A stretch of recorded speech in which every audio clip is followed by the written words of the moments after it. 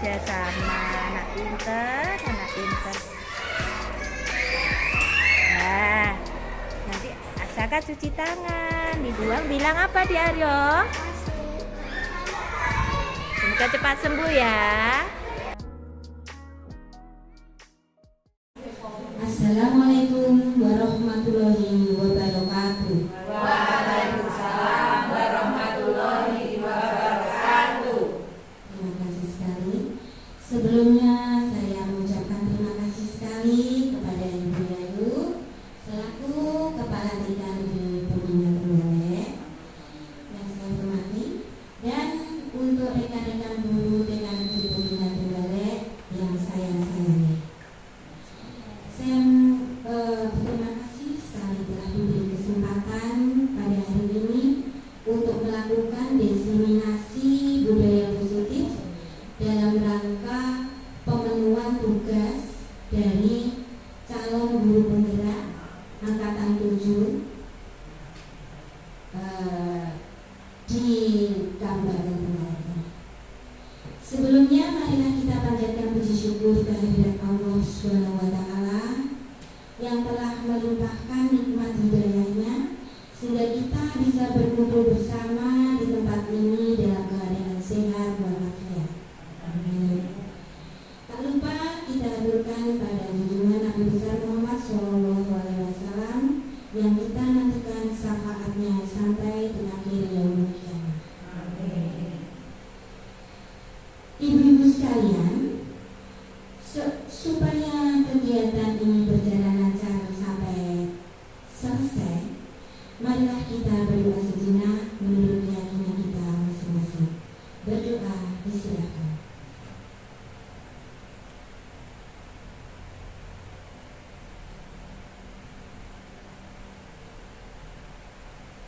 Berdoa selesai.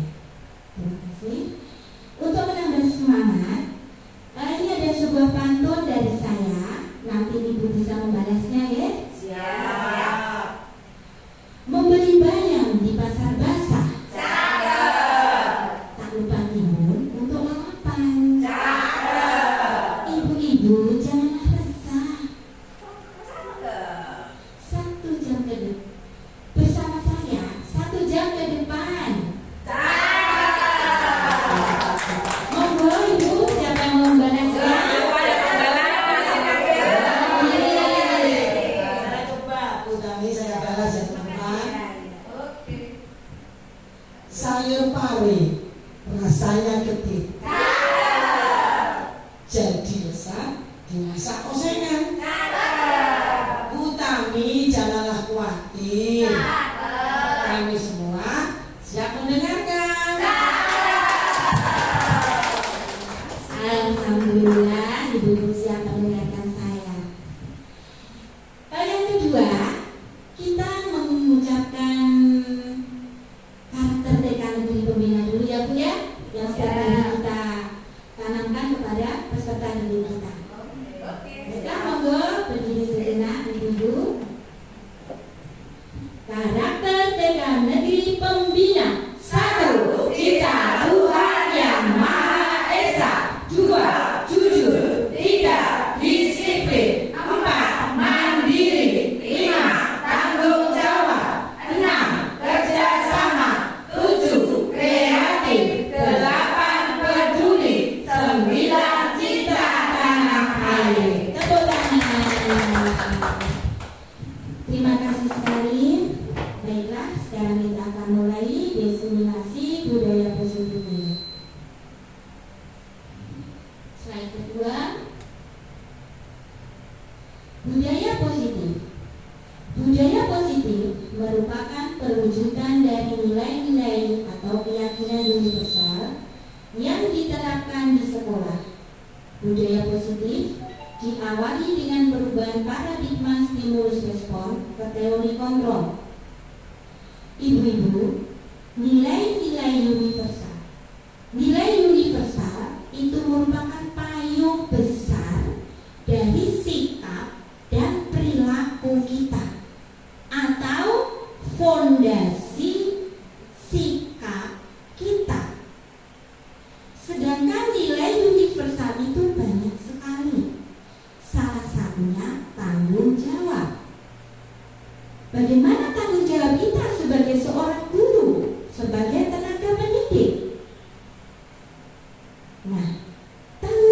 kita itu menciptakan lingkungan positif. Lingkungan apa? Ya lingkungan sekolah kita. Bagaimana caranya? Di dalam lingkungan sekolah kita itu ada warga sekolah. Siapa saja bu warga sekolah? Siswa. Iya, siswa, Guru. kepala sekolah, Penjaga. wali murid, penjaga sekolah, komite. Ya, di situ antar warga sekolah itu ada sebuah kolaborasi, kerjasama, saling membantu, terus saling mendukung, saling belajar. Seperti saat ini, tanpa dukungan panjenengan sedaya dari kepala sekolah, dari rekan-rekan, dari murid, dari wali murid, saya tidak akan berdiri di sini untuk mengikuti program guru penggerak ini. Karena dukungan panjenengan saya bisa berdiri sampai detik ini di sini. Terima kasih sekali Bu. Nah, untuk menciptakan lingkungan positif tentunya ada disiplin positif. Bagaimana cara kita menerapkan? Itu diawali dari diri kita dulu. Kita dari berkaca pada diri kita. Oh, apa aku itu sudah memiliki karakter seperti ini, seperti ini, seperti ini. Tentunya karakter yang baik. Setelah itu termasuk motivasi internal dari diri kita, muncul dari diri kita. Kalau kita belum memiliki, saya kok belum punya ya, seperti itu dalam diri saya kok belum ada ya. Itu boleh mengkonsumsi ke motivasi eksternal dari teman, dari dorongan teman, mengaca pada teman, boleh seperti itu demi kebaikan diri kita. Setelah itu kita tanamkan ke pembiasaan pada anak-anak kita. Dari pembiasaan yang kita terapkan sehari-hari, itu akan tercipta karakter positif atau karakter baik. Setelah anak-anak tertanam karakter baik, dari situlah akan tercipta budaya positif. Tentunya budaya positif itu tidak hanya di sekolah saja, tetapi juga di rumah. Kolaborasi dengan orang tua, kita sharing. Tidak hanya yang baik-baik saja yang di-sharingkan ke sini, yang dimasukkan ke kita, tapi kekurangan anak di rumah kita kerjasama. Seperti itu ya Bu ya. Dari sini sudah paham? Nah, menurut Ki Hajar Dewantara, ya, Bapak pendidikan kita, anak bukanlah kertas kosong yang bisa kita isi sesuai dengan kehendak kita. Mereka sudah membawa garis-garis samar sesuai kodratnya. Pendidikan menuntut segala kodrat dalam diri anak, kodrat alam dan kodrat zaman, agar mereka mencapai keselamatan dan kebahagiaan yang setinggi-tingginya. Di sini menurut Ki Hajar Dewantara sudah membawa garis-garis samar. Jadi anak-anak itu ada pembawaan, tidak lagi kalau dulu kertas kosong kan. Tapi menurut Bapak pendidikan kita sudah ada garis-garis samar yang harus kita tebali. Kalau itu karakter yang baik, kita tebali. Oh, anak ini sudah memiliki ini, kita tebali, kita tinggal menebali saja. Tetapi kalau yang ini berhubungan dengan kodrat alam ya, kodrat alam itu sifat dan pembawaan. Ya, kalau anak itu memiliki sifat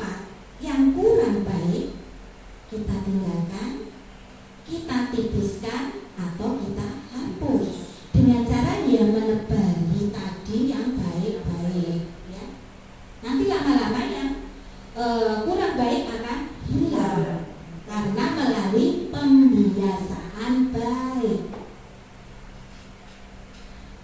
Terus kalau kodrat zaman ya itu isi dan irama mengalami perubahan dari waktu ke waktu. Seperti saat ini adalah zamannya teknologi semakin canggih, IT, anak-anak bisa memainkan handphone yang canggih itu. Mungkin kita kalah dengan anak-anak. Itu ada sisi positif dan sisi negatif. Tentunya kita sebagai guru harus bisa bagaimana anak-anak itu bisa mempergunakan HP dan sebagainya dan segala macam itu dengan kegiatan yang positif. Kita kembali lagi bekerja sama dengan orang tua ya. Dikasih waktu boleh bermain HP, tapi nanti jam sekian selesai ya Dek, misalnya seperti itu. Itu pun kita terapkan di sekolah seperti itu, dan kita kembali ke orang tua. Jadi sama-sama antara sekolah dan rumah itu sama. Menurut Kahadi juga pendidik itu menuntun. Apa maksudnya menuntun? Menuntun itu kita membimbing, mengarahkan ke arah yang lebih baik menuju kebahagiaan yang setinggi-tingginya agar anak tidak salah jalan sampai dewasa kelak. Selain itu, menurut Kahadi juga ada metode among, ngomong. Seperti saat ini kita kan juga ngomong ya, Bu ya. Diharapkan kalau kita ngomong, anak itu akan menjadi anak yang mempunyai skill, keterampilan, yang berdaya guna. Ya.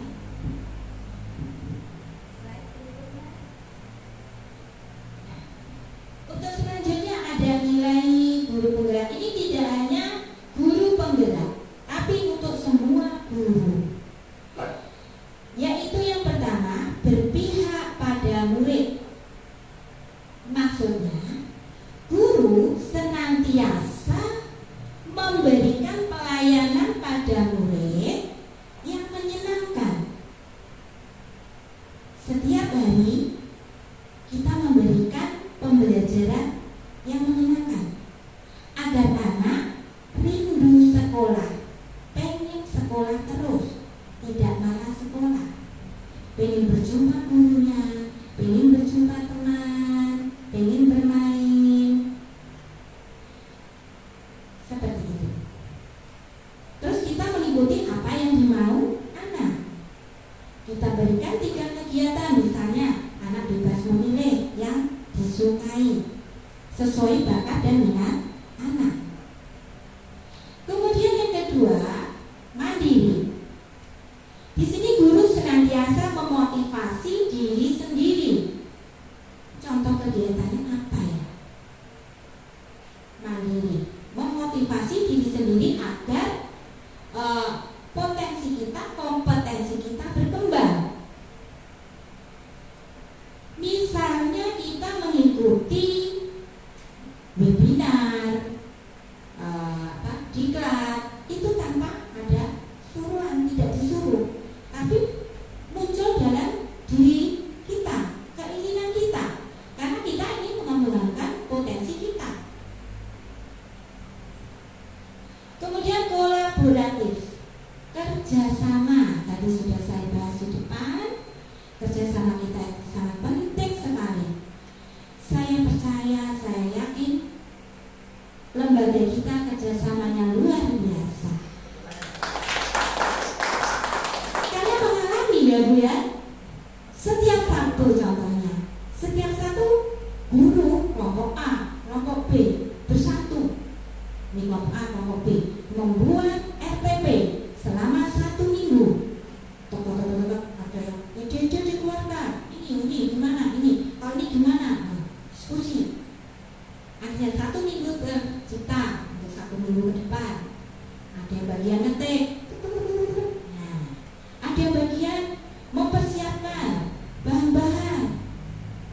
kerjasama.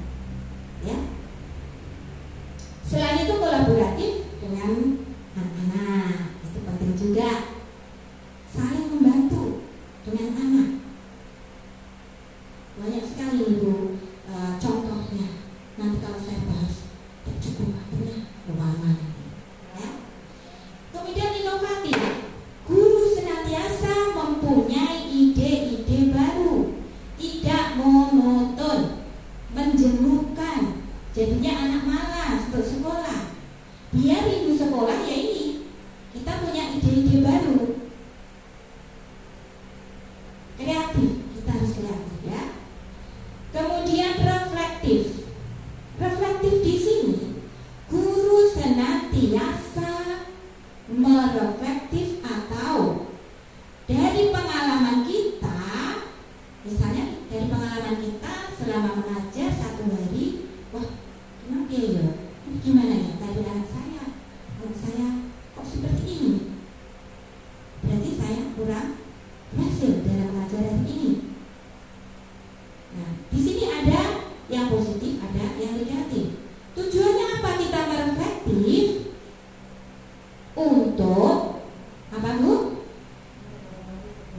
Iya betul. Untuk mengetahui keberhasilan kita dalam mengajar anak hari ini. Aku berhasil apa enggak hari ini?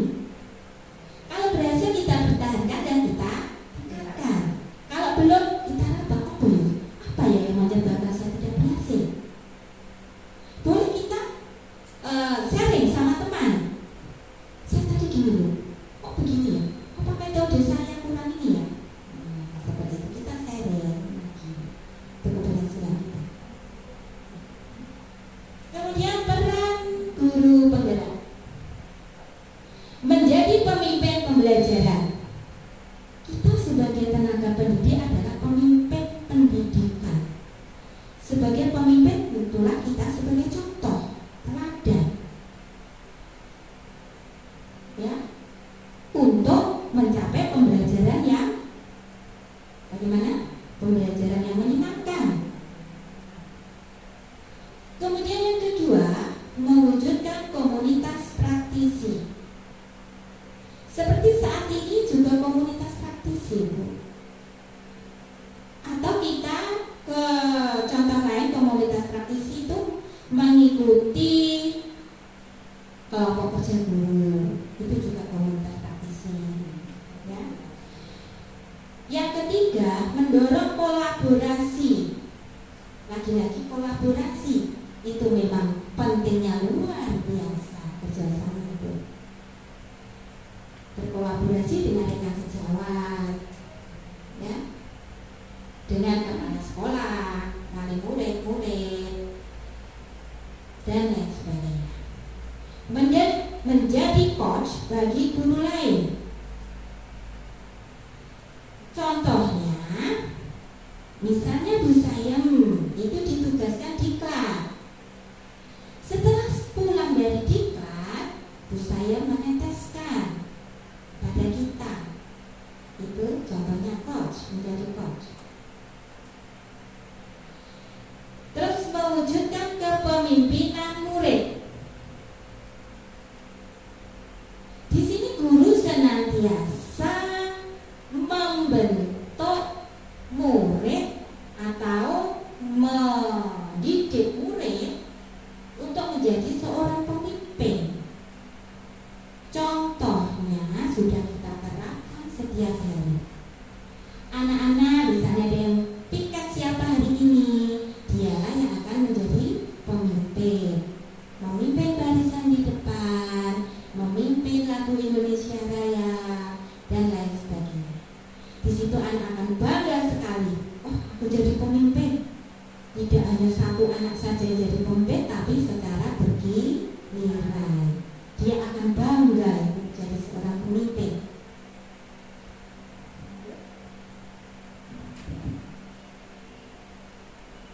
Nah, sekarang kita menuju visi guru. Visi merupakan impian atau cita-cita yang ingin dicapai. Visi guru dijabarkan dalam prakarsa perubahan yang akan terwujud dan budaya positif di sekolah. Setiap guru itu memiliki visi, tidak hanya visi sekolah, kita juga punya. Dari visi kita itu akan dijabarkan dalam prakarsa perubahan. Contohnya ya Bu, misalnya visi kita itu menjadikan murid yang berakhlak mulia, mandiri, kreatif, peduli lingkungan. Nah, kita ambil satu elemen, misalnya dengan berakhlak mulia. Melalui prakarsa perubahan ini kita ambil satu elemen berakhlak mulia. Nah, di situ bagaimana kita mewujudkan dari visi kita dengan elemen berakhlak mulia melalui pembiasaan baik. Kembali lagi, contohnya pembiasaan berdoa sebelum kegiatan, berdoa setelah kegiatan, berdoa sebelum makan, sesudah makan, masuk kamar mandi, pulang sekolah, naik kendaraan, dan lain sebagainya. Kemudian membungkukkan badan saat lewat di depan orang tua atau teman yang sedang duduk. Itu berakhlak mulia.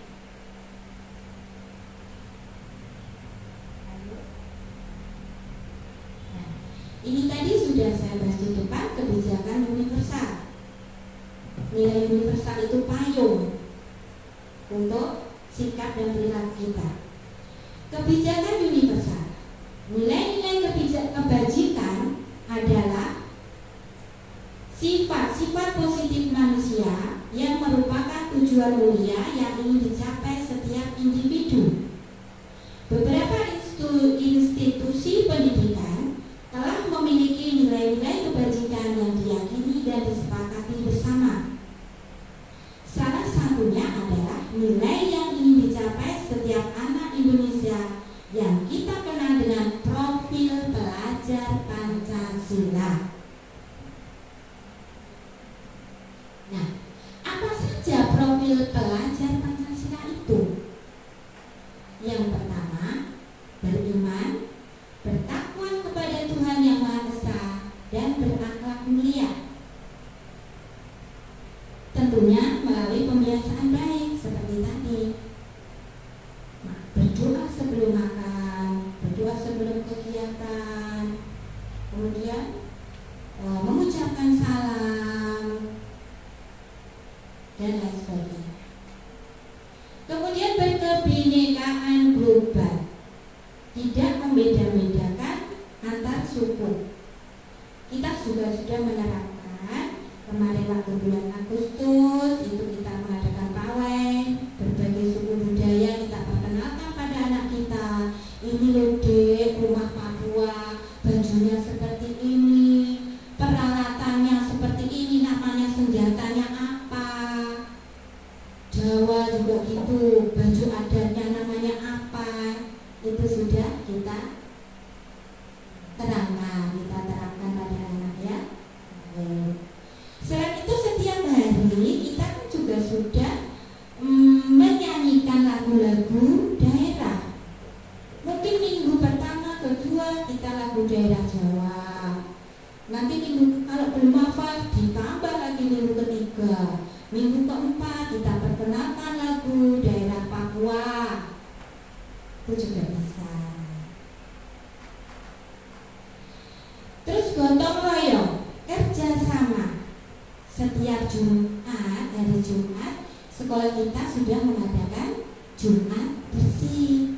Di situ gotong royong bersama antar warga sekolah. Orang tua murid juga kita undang untuk datang. Mungkin kalau dengan orang tua murid tidak seminggu sekali, 2 minggu sekali. Ya, kemarin kita sudah kan Ibu melaksanakan dengan wali murid. Kalau untuk anak-anak setiap hari Jumat. Karena mengingat wali murid juga di luar sana ada aktivitas yang ya. Selain itu gotong royong, selain kerja bakti juga ada piket kelas. bentuk gotong royong yang kita terapkan pada anak. Pulang sekolah diberesin, bersih-bersih, ada yang menghapus papan, menyapu, sulap-sulap, seperti itu. Kemudian mandiri. Contohnya, anak-anak makan sendiri, memakai sepatu sendiri, ke kamar mandi sendiri. Tentunya itu sebelumnya sudah kita ajari tata caranya. Itu kalau kelompok B sudah bisa seperti itu. Kalau kelompok A mungkin kita perlu membimbingnya, mengantarnya, ya, ke kamar mandi, pakai sepatu sendiri, makan sendiri, mengerjakan tugas sendiri. Kita latih dengan pembiasaan seperti itu. Kemudian kreatif.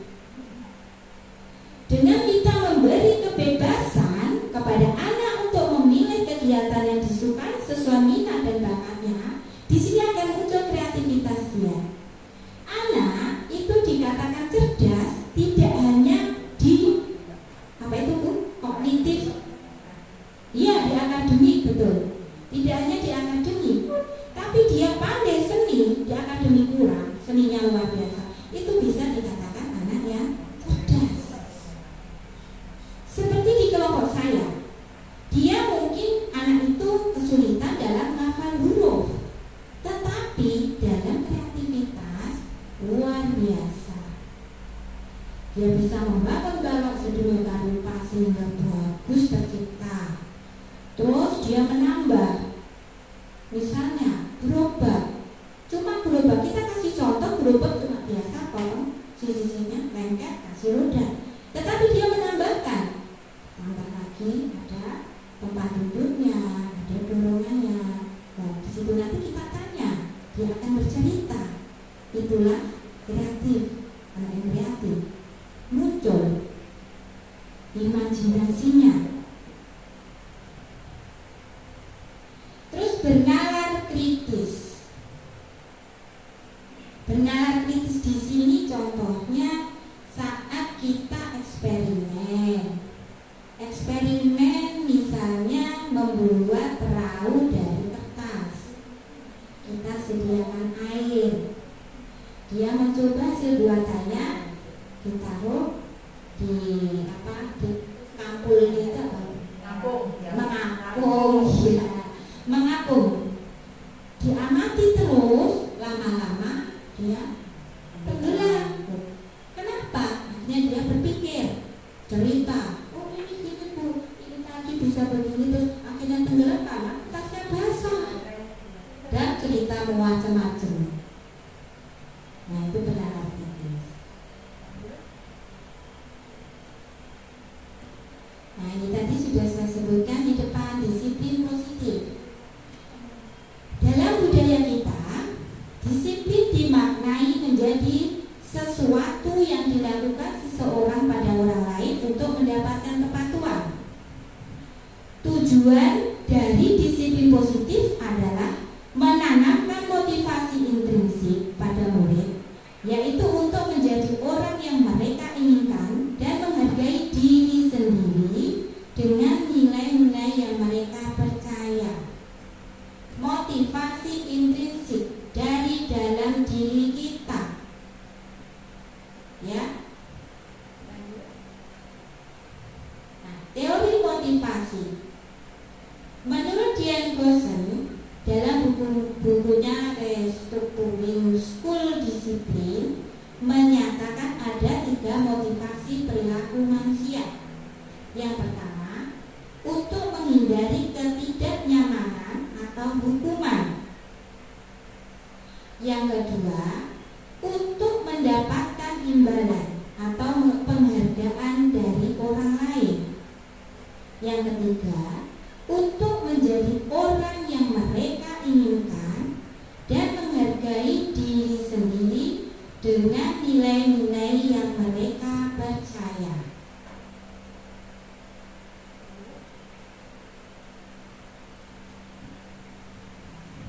Hukuman konsekuensi restitusi. Hukuman merupakan tindakan suatu pelanggaran. Sifatnya tidak terencana atau tiba-tiba. Disiplin dalam bentuk konsekuensi sudah terencana atau sudah disepakati, sudah dibahas oleh guru dan murid. Restitusi adalah proses menciptakan kondisi bagi murid untuk memperbaiki kesalahan mereka, sehingga mereka bisa kembali pada kelompok mereka dengan karakter yang lebih kuat.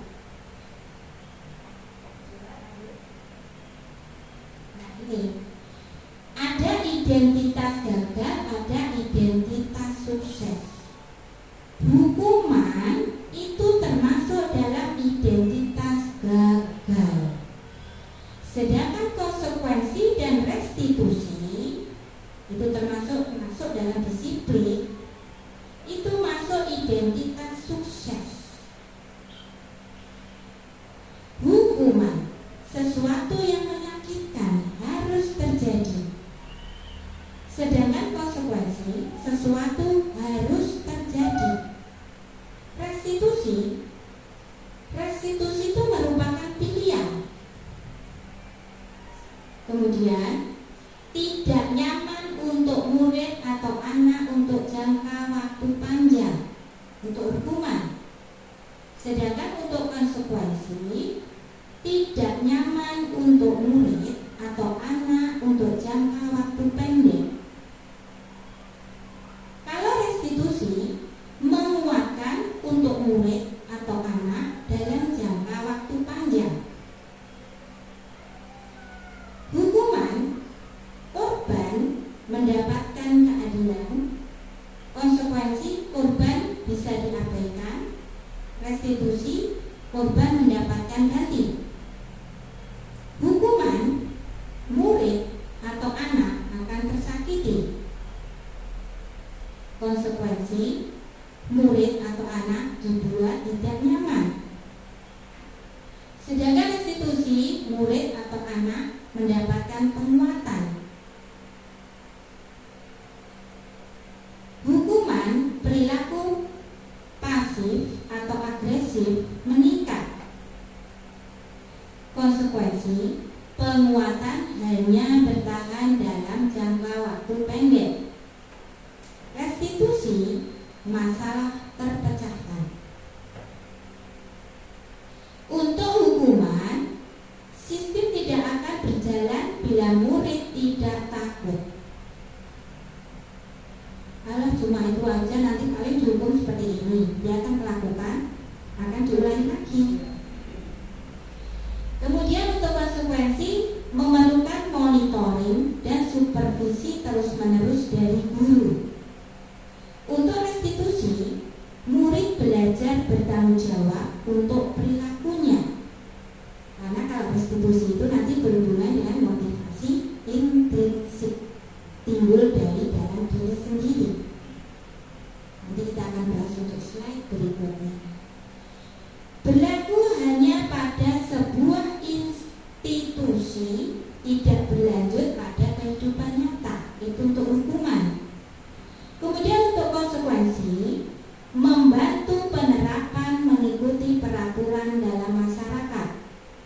Sedangkan restitusi fokus pada pemecahan masalah dalam jangka waktu panjang. Untuk hukuman, peraturannya adalah titik-titik, kamu harus titik-titik. Jadi kayak mengharuskan kamu harus seperti ini, tidak boleh seperti itu. Kalau kamu melanggar itu, saya hukum ini. Kemudian konsekuensi, apa peraturannya, mampukah kamu melakukannya? Terima kasih. Kemudian untuk restitusi, apa yang kamu yakini, apa yang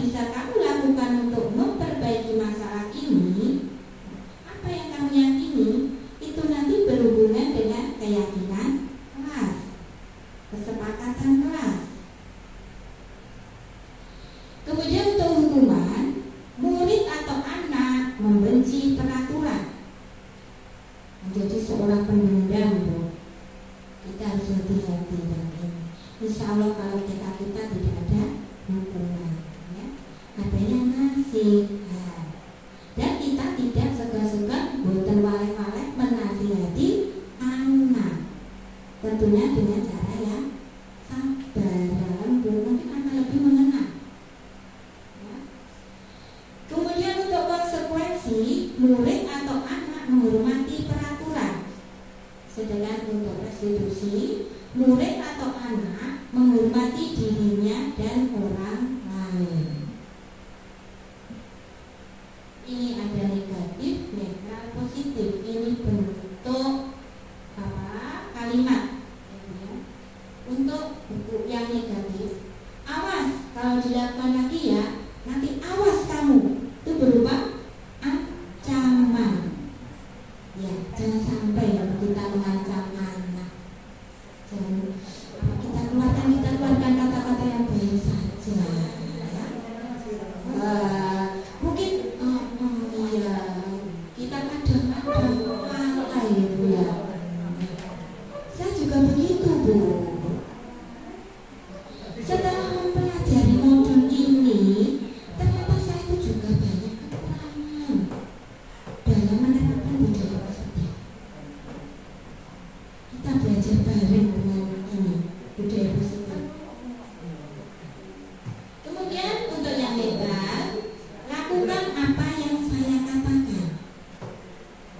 Yang segi positif, apakah hal ini yang sesungguhnya ingin kamu lakukan? Kita lebih halus dulu kata-katanya.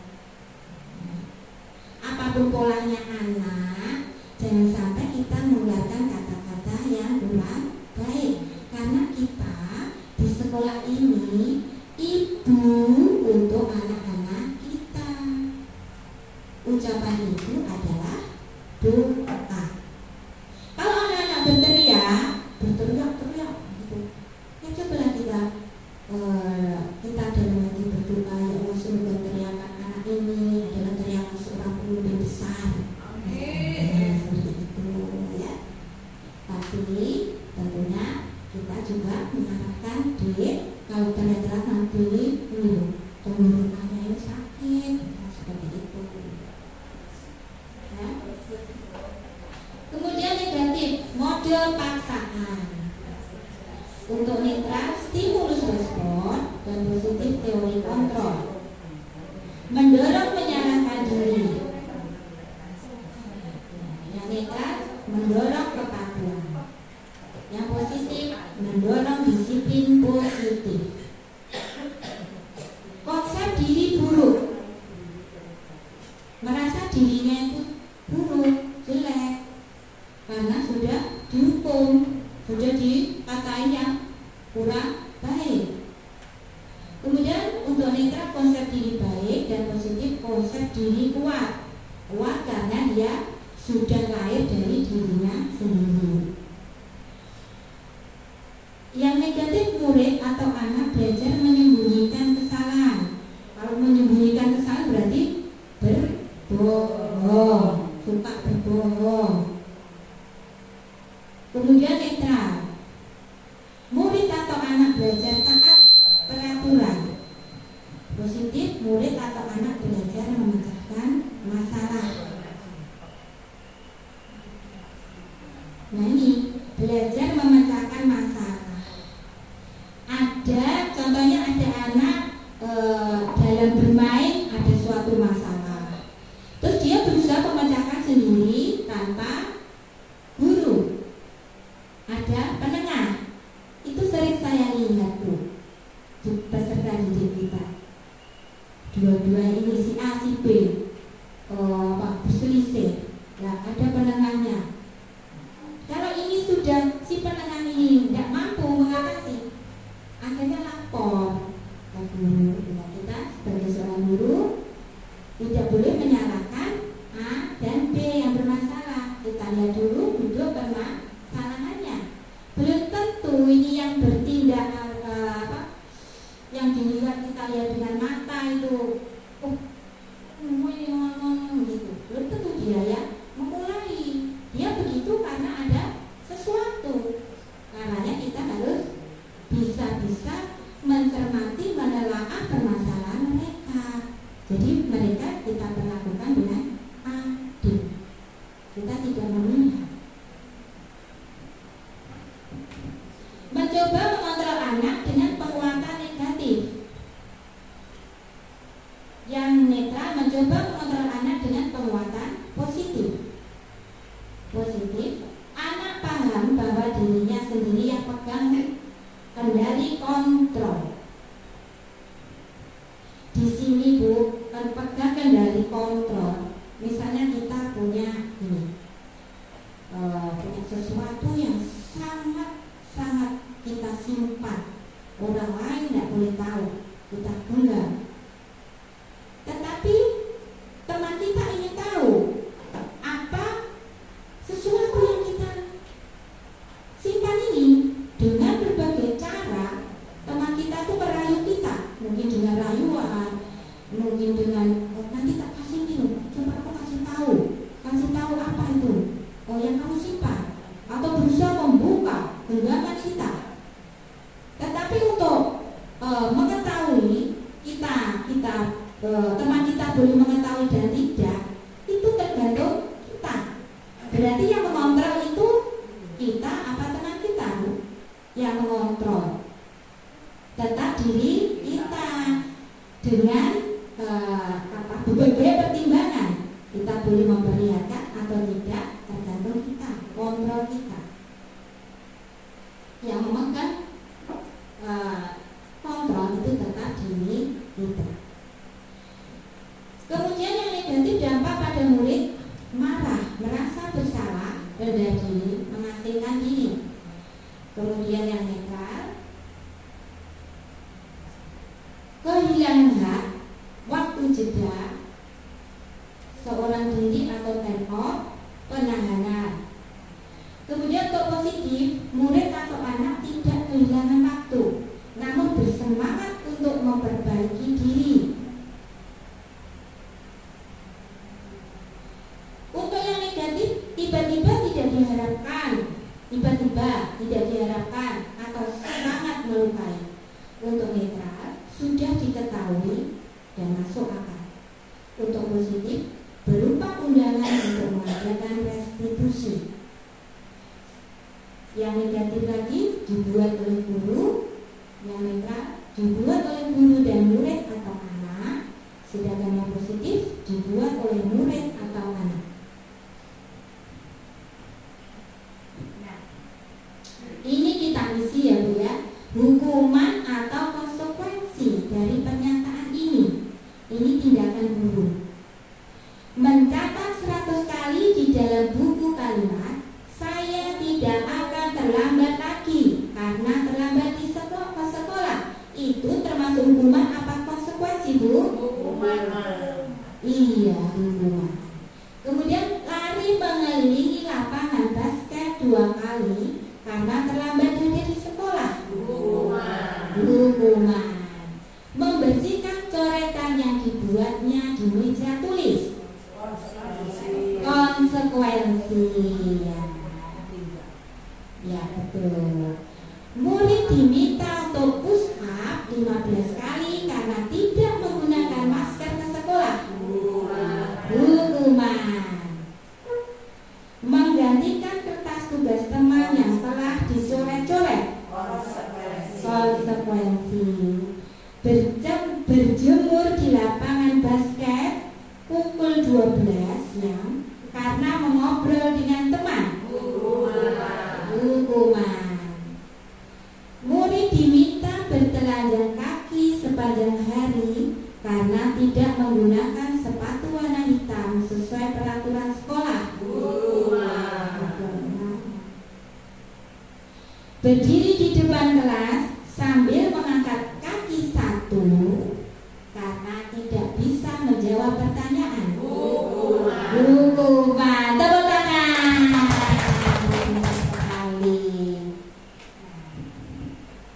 Menurut Kohn, maksudnya Ibu, mengemukakan bahwa memberikan penghargaan nilainya sama dengan menghukum seseorang. Pengaruh jangka pendek dan jangka panjang. Penghargaan tidak efektif, penghargaan merusak hubungan, penghargaan mengurangi ketepatan, penghargaan menurunkan kualitas, penghargaan mematikan kreativitas, penghargaan menghukum, motivasi dari dalam diri atau intrinsik. Nah ini restitusi. Ya. Restitusi adalah proses kolaboratif yang mengajarkan murid untuk mencari solusi dari masalah dan membantu murid berpikir tentang orang seperti apa yang mereka inginkan dan bagaimana mereka harus memperlakukan orang lain. Ciri-ciri restitusi. Restitusi bukan untuk menebus kesalahan, namun untuk belajar dari kesalahan. Restitusi memperbaiki hubungan. Restitusi adalah tawaran, bukan paksaan. Restitusi menuntut untuk melihat ke dalam diri. Restitusi mencari kebutuhan dasar yang mendasari tindakan. Restitusi diri adalah cara paling baik. Restitusi fokus pada karakter, bukan tindakan. Restitusi menguatkan. Restitusi fokus pada solusi. Restitusi mengembalikan murid yang berbuat salah pada kelompoknya. Ini segitiga restitusi. Ada 3 poin. Yang pertama yaitu menstabilkan identitas. Kemudian yang kedua, validasi tindakan yang salah. Dan yang ketiga, menanyakan keyakinan. Yang pertama, menstabilkan identitas. Pada tahap ini, peserta didik diajak untuk tenang dan kembali ke suasana hati, di mana proses belajar dan penyelesaian masalah bisa kita lakukan. Guru dapat mengucapkan kata-kata sebagai berikut. Berbuat salah tidak apa-apa. Tidak ada manusia yang sempurna. Saya juga pernah melakukan kesalahan seperti itu. Kita bisa menyelesaikan ini ya nak. Bapak atau ibu tidak tertarik mencari siapa yang salah, tapi ingin mencari solusi. Ya, seperti itu kita hadapi setiap hari kan Bu, permasalahan anak. Nah, tadi saya sudah cerita di awal, kita kalau menemui masalah tidak langsung menghakimi itu salah, tapi kita telusuri dulu, kita stabilkan ya akar permasalahannya. Kita kumpulkan anak yang bermasalah, A dan B bermasalah, kita telusuri akar permasalahannya. Oh seperti itu, A cerita dulu, B cerita dulu. Oh begitu, kita harus pandai mengidentifikasi atau akar permasalahan apa. Jangan sampai kita salah. Teh limang sing bengok-bengok, sing arogan itu yang salah. Kita cari tahu dulu penyebabnya. Setelah itu kita menstabilkan identitas. Ya. Pada tahap ini peserta didik diajak untuk tenang dan kembali. Lanjutnya. Ya, kedua, validasi tindakan yang salah. Perbuatan yang salah pada peserta didik seringkali dilakukan untuk memenuhi beberapa kebutuhan pada manusia. Disinilah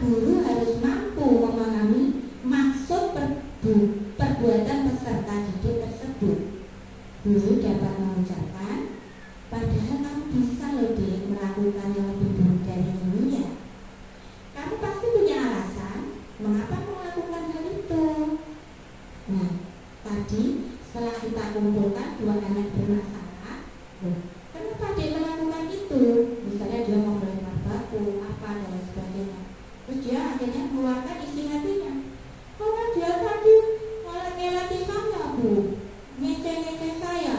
Oh karena itu. Nah kita, bagaimana cara kita agar anak itu tidak emosi, tidak meluapkan emosinya lagi dengan nasihat. Jadi kalau ada teman yang nyeleti lagi misalnya itu, dia jangan gitu dong, bilang gitu. Ayo kita main bareng saja. Anaknya kita pegang, anak yang emosinya tinggi itu kita pegang, kita nasihati, dan kita tidak boleh sampai waleh-waleh. Ya, kita harus sabar. Memang butuh proses bu, tidak instan. Kemudian menanyakan keyakinan. Pada tahap ketiga, peserta didik siap untuk dihubungkan dengan nilai-nilai yang dia percaya dan menjadi orang yang dia inginkan. Guru dapat mengucapkan kata-kata berikut. Apa yang kita percaya sebagai keyakinan kelas atau keluarga? Apa nilai-nilai umum yang telah kita sepakati? Apa bayangan kita tentang kelas yang ideal? Kamu mau jadi orang seperti apa? Nah, di sini ibu-ibu kita membuat kesepakatan kelas, aturan kelas itu sesuai dengan isi hati anak-anak kita. Seperti itu ya, saya sudah membuat keyakinan kelas, isinya apa. Itu sebetulnya tidak harus banyak bu, 4 atau 5 itu boleh. Tetapi karena kita TK, saya membuat banyak. Itu pun dari anak-anak. Iya, dari ide anak-anak. Nanti kita tinggal menunjukkan. Loh ini loh, coba nomor 5. Kalau anak-anak pas umur gitu, kemudian jika aku mau belajar, maka aku harus diam. Udah diam. Nah umat, nah ini loh nomor 5. Siapa yang membuat nomor 5? Mendengarkan saat guru menerangkan. Langsung di oh iya bu. Ya, ada dibaca sendiri nomor 5 karena sudah bisa membaca yang bisa membaca. Lanjut. 5 kebutuhan dasar manusia. Dari perilaku dan sikap anak tadi itu ada beberapa kebutuhan dasar manusia. Di antaranya yaitu kebutuhan bertahan hidup. Kebutuhan bertahan hidup di sini termasuk seperti makan, minum, pakaian, rumah. Itu untuk kebutuhan bertahan hidup. Kemudian kasih sayang dan rasa diterima atau kebutuhan untuk diterima. Anak-anak melakukan sesuatu yang kurang baik menurut kita, itu terkadang kurang kasih sayang dari orang tua, dari rumah. Makanya kita sebagai seorang tenaga pendidik, jadilah kita seorang ibu untuk anak didik kita, dengan memberi bimbingan, kasih sayang dengan tulus ikhlas. Mereka peserta didik itu juga anak-anak kita. Kita merasakan itu, kalau kita sayang yang tulus, dia juga akan ngalem, bergelayut, itu kita rasakan. Tapi bukan ngalem terus gimana gitu enggak, ya. Dengan kasih sayang sewajarnya. Penguasaan atau kebutuhan pengakuan atas kemampuan. Kemudian kebebasan, kebutuhan akan pilihan. Tadi sudah saya jelaskan di depan, anak bebas memilih kegiatan yang disukai sesuai bakat dan minatnya. Dengan begitu anak akan tersalurkan imajinasinya, kreativitasnya dengan memilih apa yang mereka sukai. Kemudian kesenangan, kebutuhan untuk merasa senang. Dari memilih kegiatan disukai, dia akan merasa senang karena tersalurkan apa yang dia inginkan. Nah ini keyakinan kelas. Keyakinan kelas, keyakinan yaitu nilai-nilai kebajikan universal yang disepakati secara tersirat dan tersurat, lepas dari latar belakang suku, negara, bahasa, maupun agama. Seperti itu Ibu, saya membuat keyakinan kelas di kelas B2, kelompok B2. Yang pertama mengucapkan dan membalas salam. Anak-anak terbiasa pagi hari kalau kita sudah di kantor mencari gurunya di kantor, ketuk pintu, salim, mengucapkan salam, selamat pagi Bu Yayu, selamat pagi Bu Eli. Nah, selalu menyebut nama. Karena apa? Karena guru kita banyak, takutnya nanti gak tahu ketemu di jalan siapa guruku, karena dari aja gak tahu.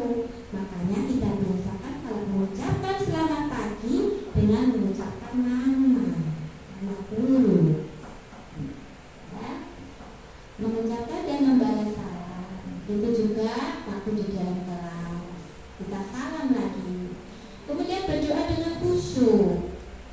Berdoa tidak harus dengan suara yang lantang, tapi kalau berdoa kita biasakan dengan suara yang lembut. Sabar menunggu giliran. Alhamdulillah kita sudah terbiasa waktu cuci tangan dan lain sebagainya, anak sudah terbiasa untuk berantri, budaya antri. Berbicara dengan sopan. Nah ini kadang-kadang pagi-pagi laporan, Bu, itu tadi miso. Nah terus siapa? Nah, terus kita panggil, apa benar tadi miso? Tidak Bu, tidak, bilangnya tidak. Terus apa ada yang laporan miso? Coba harus jujur loh, nomor 10 itu jujur. Nah siapa yang boleh jujur? Akhirnya kalau ini coba bisikan ke telinga Bu Guru saja biar teman-teman dengar. Coba mau jujur? Nah tuh, akhirnya dibisikkan ke telinga biar teman-teman dengar. Seperti itu. Nah, tidak usah apa Bu? Tidak usah mendengar lainnya. Cukup Bu Guru saja mendengar. Ternyata benar loh apa kata itu tadi, si A tadi, si B berbicara seperti itu, tapi jujur. Terus habis itu tadi kalau tidak jujur dicatat oleh malaikat siapa Dek? Adek. Kalau tadi terus akhirnya jujur, nggak bohong, disetep ya Dek. Nah, kita kasih cerita-cerita seperti itu. Nah, sebentar. Nah, dari keyakinan kelas itu akan tumbuh dalam diri anak tanpa kita ingatkan. Tujuan kita seperti itu, ya. Tapi kalaupun itu perlu diingatkan, ya diingatkan. Karena tidak instan, butuh proses untuk mencapai karakter yang baik. Di dalam keyakinan kelas akan timbul apa itu tadi? Budaya positif. Karena melakukan pembiasaan yang kita terapkan. Lanjut. Nah, ini contohnya ya Bu ya. Itu ada itu A dan B, ada masalah. Dipanggil, dikorek. Bagaimana ini? Nah, cari solusi yang terbaik untuk kembali berperilaku yang baik dan supaya tidak mengulanginya lagi. Ini butuh kasih sayang, ini sakit mau pulang, izin pulang dulu. Teman-temannya langsung memeluknya. Ibu, waktu ada bencana, itu mengucapkan salam waktu mau masuk, berdoa dengan khusyuk, budaya antri. Alhamdulillah, ketika kita sudah melaksanakan seperti ini ya Bunda ya.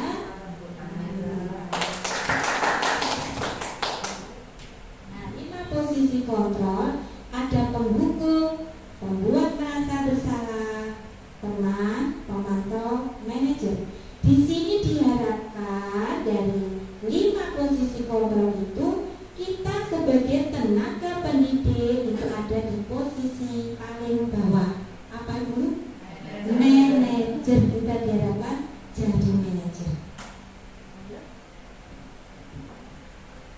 5 posisi kontrol restitusi, motivasi eksternal dan motivasi intrinsik. Ada identitas gagal dan ada identitas sukses.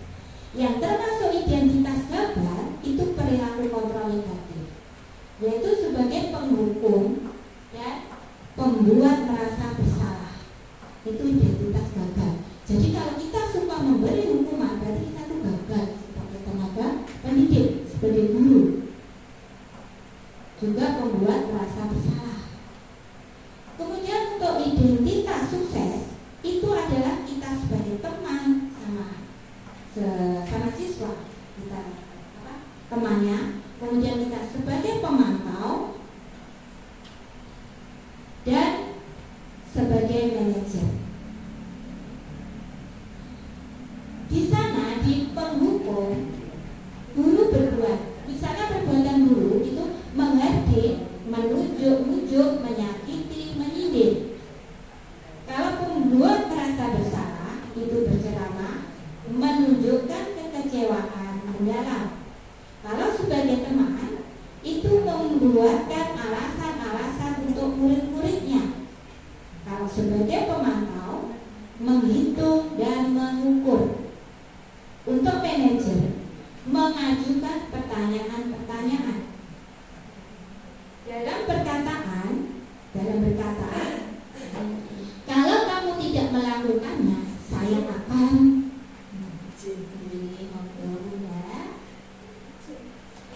Kemudian untuk pembuat merasa bersalah, kamu sudah mengecewakan ibu dan bapak. Kalau sebagai teman, contohnya lakukan demi bapak ibu. Ya sudah, nanti bapak ibu akan bereskan. Sebagai pemantau, apa peraturannya? Apa konsekuensinya? Apa yang telah kamu lakukan? Apa yang terjadi sekarang? Kalau sebagai manajer, guru berkata, apa yang kita yakini? Karena sudah membuat keyakinan yang muncul dari diri sendiri. Apa kamu meyakini hal tersebut? Kalau kamu meyakininya, maukah kamu memperbaikinya? Kalau kamu memperbaikinya, jadi kira-kira hal tersebut akan menggambarkan apa tentang dirimu? Kemudian hasilnya, kalau sebagai penghukum itu memberontak, pendendam, menyalahkan orang lain. Kemudian pembuat merasa bersalah itu hasilnya menyembunyikan, menyangkal, berbohong. Kalau sebagai teman itu ketergantungan, posisi kita sebagai teman. Kalau sebagai apa yang dikatakan tadi, pemantau, sebagai pemantau menyesuaikan dia diawasi. Sedangkan sebagai manajer menguatkan watak atau karakter. Di dalam hukuman kita sebagai penghukum, murid berkata,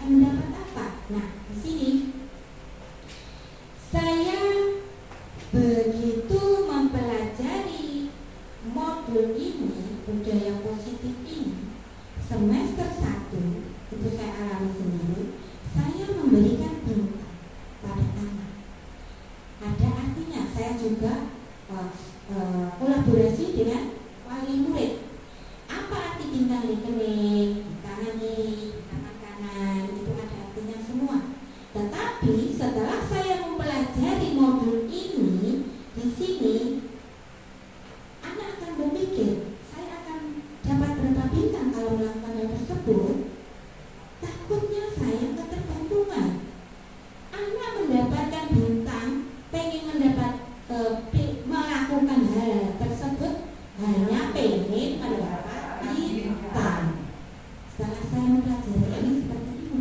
Makanya di semester 2 saya mencoba tidak memberikan duta. Ya, terus hasilnya alhamdulillah luar biasa. Ya, saya tanya tiap hari. Kalau di kening itu kan tanda kasih sayang. Kasih sayang anak dengan orang tua. Bukan orang tua yang mencium, tapi anak yang mencium orang tua. Kalau anak dicium orang tua hal yang biasa. Tapi kalau anak mencium orang tua, iya luar biasa. Ya, nah di situ selain itu untuk kejujuran. Orang tua akan tahu, anakku kok dapat bintang di sini, padahal tadi waktu mau berangkat gak ada yang dicium loh. Berarti bohong. Orang tua tahu itu bohong apa tidak. Maksud saya seperti itu. Tapi setelah mempelajari ini, saya berputar balik. Saya belum jadi manajer, saya masih jadi pemantau saja di sini. Semester 2 saya coba saya beberapa itu, tapi saya juga bicara sama dengan anak pelan-pelan. Ada yang bilang, kenapa Bu tidak dikasih bintang? Saya jelaskan, ya. Nanti kalau saya cerita panjang, nggak bisa habis ini. Yes. Terus sebagai manajer, bagaimana caranya agar saya bisa memperbaiki keadaan ini? Saya akan memperbaiki masalah ini dengan dari sini anak sudah mengerti kalau kita melakukan pembiasaan baik, kita tidak waleh-waleh menasehati anak, insya Allah akan tercipta karakter baik melalui keyakinan kelas yang mereka buat sendiri karena lahir dari dirinya sendiri. Kemudian dampak pada murid, mengulangi kesalahan berulang kali, berlaku menjadi agresif. Itu kalau kita sebagai penghukum. Kemudian rendah diri, merasa gagal dan tidak berharga. Itu kalau kita posisi kita sebagai pembuat merasa bersalah. Tergantung tidak mandiri dan tidak bisa memutuskan. Itu kalau kita posisi kita sebagai teman. Menitik beratkan pada dampak pada diri sendiri, mendapatkan hadiah atau mendapatkan hukuman. Itu kalau kita sebagai pemantau. Kalau kita sebagai manajer, hasilnya dampak pada murid mengevaluasi diri bagaimana menjadi diri yang lebih baik. Kemudian kaitan dengan dunia berkualitas. Murid meletakkan guru di luar dunia berkualitas. Murid meletakkan guru di dalam dunia berkualitas. Kalau sebagai teman, murid meletakkan guru sebagai orang penting dalam dunia berkualitas. Sebagai pemantau, murid meletakkan guru peraturan di dunia berkualitas. Sedangkan kalau sebagai manajer, murid meletakkan dirinya sebagai individu yang positif dalam dunia berkualitas. Semoga kita ya menjadi guru yang menempati posisi sebagai manajer ya.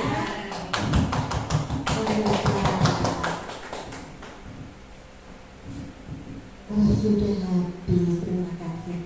Alhamdulillah, materi sudah habis. Sekarang kita akan memasuki sesi tanya jawab atau saran juga boleh. Selain tanya jawab, saran juga saya harapkan. Adakah ibu-ibu yang bertanya? Oh ya, berarti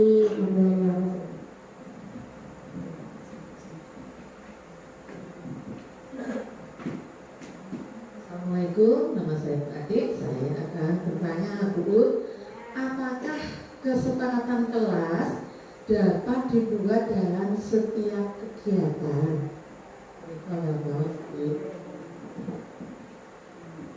Terima kasih sekali Bu Ati atas pertanyaannya. Apakah kesepakatan kelas bisa dibuat dalam setiap kegiatan? Bagaimana Bu, bisa enggak? Bisa, iya. Karena itu untuk mengontrol dirinya, untuk mengontrol diri anak. Jadi misalnya kita ada permainan, Adik, ayo hari ini kita mau bermain apa ya? Kita tawarkan bermain ini, misalnya 3 permainan. Yang ini tuh, ya coba angkat tangan, yang bermain ini siapa? Kita hitung, berapa? Oh ada 10 orang. Yang bermain ini 3 orang, berarti kita sepakati ya. Ini yang banyak. Nah, di sini kita buat peraturan kesepakatan. Ayo kita bikin kesepakatan dulu dari permainan ini. 1, apa? Nah, dia kan menjawab sendiri dari dirinya. 2 apa? 3 apa? Nah, dari situ maukah mematuhi kesepakatan yang kalian buat? Nah, kalau anak bilang mau, oke baiklah, kita mulai permainan ini. Dari situ nanti akan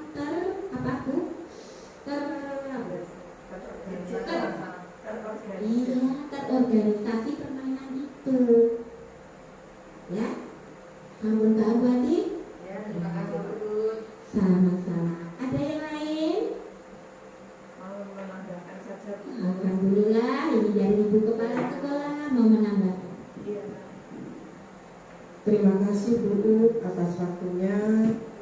Saya hanya ingin menambahkan, yaitu tadi dari pertanyaan Bu Ati, ya, untuk kesepakatan itu memang bisa dibuat sebelum bermain. Jadi tidak hanya kesepakatan kelas yang dilaksanakan setiap hari, tetapi juga kesepakatan sebelum bermain. Misalnya kesepakatan yang dilakukan yaitu permainan apa yang kita bukan, berapa lama waktunya bermain di masing-masing permainan, berapa orang di tempat masing-masing permainan. Nah, itu kalau sudah ada kesepakatan, itu tidak akan ada istilahnya apa ya, layan. Ya, kalau habis bermain ini lanjut ke permainan kedua, yaitu yang ini. Setelah itu di permainan yang ketiga dan selanjutnya. Demikian berarti ya. Ya, saya hanya menambahkan. Selain itu ada juga yang ingin kami tambahkan, yaitu tentang permasalahan yang tadi telah Bu kupas panjang lebar tadi. Saya hanya ingin menambahkan bahwa permasalahan yang ada pada anak itu tidak hanya terjadi antara 2 anak atau lebih dari 2 anak, tidak, tetapi juga mungkin permasalahan itu dihadapi oleh anak seorang diri. Misalnya ketika bermain dia menemukan hambatan, saya tidak bisa ya membantunya, saya harus bagaimana. Nah, ketika dia menemukan solusi, itu termasuk adalah pemecahan masalah yang telah yang dihadapi oleh anak tersebut. Juga permasalahan itu bisa juga ketika anak berada di rumah. Mungkin ketika anak ditinggal sendiri di rumah dan sudah waktunya makan atau bagaimana, tetapi belum ada yang pulang. Nah, anak akan mengambil inisiatif, saya harus makan apa dan bagaimana. Itu adalah juga pemecahan masalah. Jadi pemecahan masalah yang ada pada anak tidak hanya yang dihadapi oleh beberapa anak, tapi juga mungkin dihadapi seorang diri. Itu. Dan juga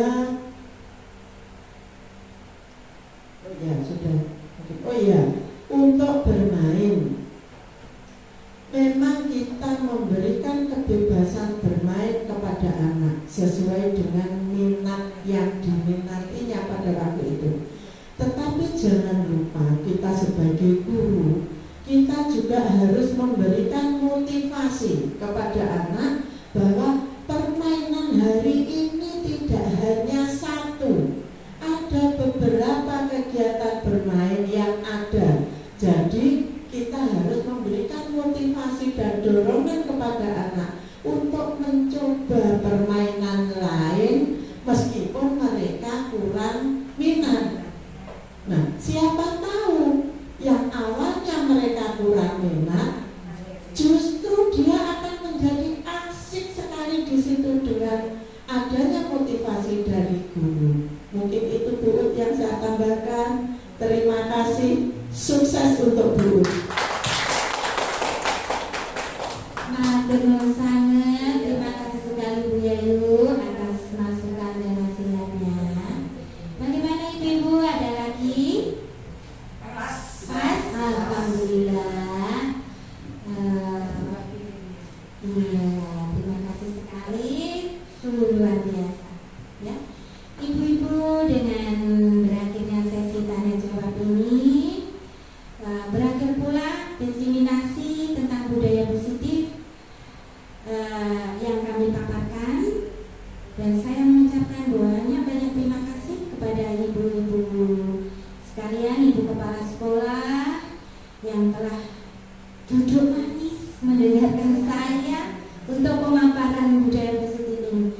Semoga dengan pemaparan budaya positif ini dapat menjadikan langkah kita selanjutnya untuk membimbing, mendidik, mengarahkan peserta didik kita ke arah yang lebih baik, menjadi seorang pelajar yang berkarakter, mempunyai profil Pancasila. Ya, kita harapkan seperti itu. Dengan berakhirnya diseminasi budaya positif ini, marilah kita tutup dengan doa bersama. Berdoa kami silakan.